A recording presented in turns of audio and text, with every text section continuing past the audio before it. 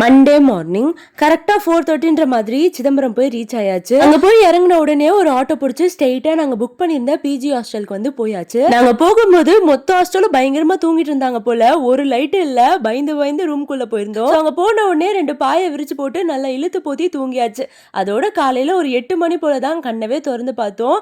எழுந்த கையோட குளிச்சு கொண்டு ஃப்ரெஷ் ஆயிட்டு கிளாஸுக்கு வந்து ரெடி ஆயாச்சு. ரெடியான உடனே செம்ம பசி, வயிறு கவாங்கவான்னு சவுண்ட் எல்லாம் போட்டுட்டு இருந்துச்சு. சரி ஃபர்ஸ்ட் போய் சாப்பிட்டு சொல்லிட்டு அங்க இருந்த பக்கத்துல ஒரு மெஸ்ல நான் ஒரு தோசை அவ ஒரு பொங்கல் சொல்லி ஷேர் பண்ணி சாப்பிட்டுட்டு ஸ்ட்ரெயிட்டா கிளாஸ் பக்கம் பார்த்து போயாச்சு.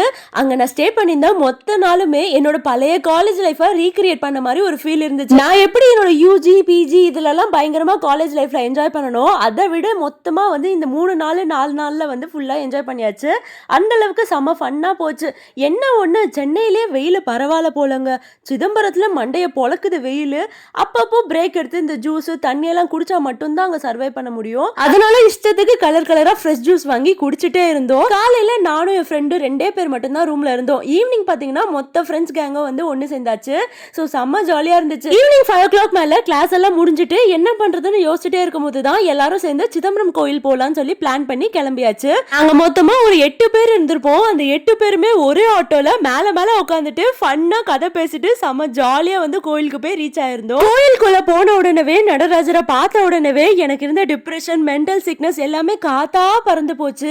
ஏன்னா கோயிலுக்குள்ள அவ்வளோ ஒரு பாசிட்டிவ் வைப்ரேஷனுங்க. கோயிலுக்குள்ள காலடி எடுத்து வச்ச உடனே ஒரு மாதிரி தெய்வீக மனம், அதாவது அந்த விபூதி மனம் வந்து சூப்பரா அடிச்சுது. எனக்கெல்லாம் அப்படியே மெய் சிலுக்கும் சொல்லுவாங்கல்ல, அந்த ஃபீல் வந்து வந்துருச்சு. அந்த அளவுக்கு உள்ள வந்து பாசிட்டிவ் வைப்ரேஷன் அப்படியே கொட்டி கடந்தது. ஸோ அந்த எல்லா பாசிட்டிவ் வைப்ரேஷனையும் அப்படியே கட்டி அணைச்சிட்டு அப்படியே நாங்க ஸ்ட்ரெயிட்டா அன்னதானம் சாப்பிட போயாச்சு.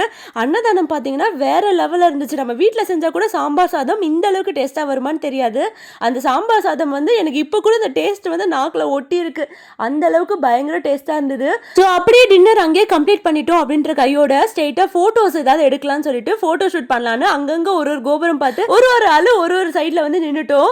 நிறைய போட்டோஸ் வந்து எடுத்திருந்தோம். நிறைய போட்டோஸ் நான் ஸ்டேட்டஸ்ல கூட அப்லோட் பண்ணிருப்பேன். நீங்க எல்லாரும் பார்த்திருப்பீங்கன்னு நம்புறேன். அவ்வளவுதாங்க, அதுக்கு மேல எங்களுக்கு தெம்பு இல்ல. அங்கங்க மூல பார்த்து உட்கார ஆரம்பிச்சிட்டோம். சரி வாங்க ஸ்ட்ரெயிட்டா நம்ம ரூம் போயிடலாம்னு சொல்லிட்டு மொத்தமா கிளம்பி ரூமுக்கு வந்தாச்சு. ரூமுக்கு வந்து தூங்கலாம் தான் வந்தோம். பட் நாங்க தூங்கிருப்போம்னு நினைக்கிறீங்களா? இல்லவே இல்ல. ஸ்நாக்ஸ் சாப்பிட்டுட்டு நைட்டு ஃபுல்லா கதை.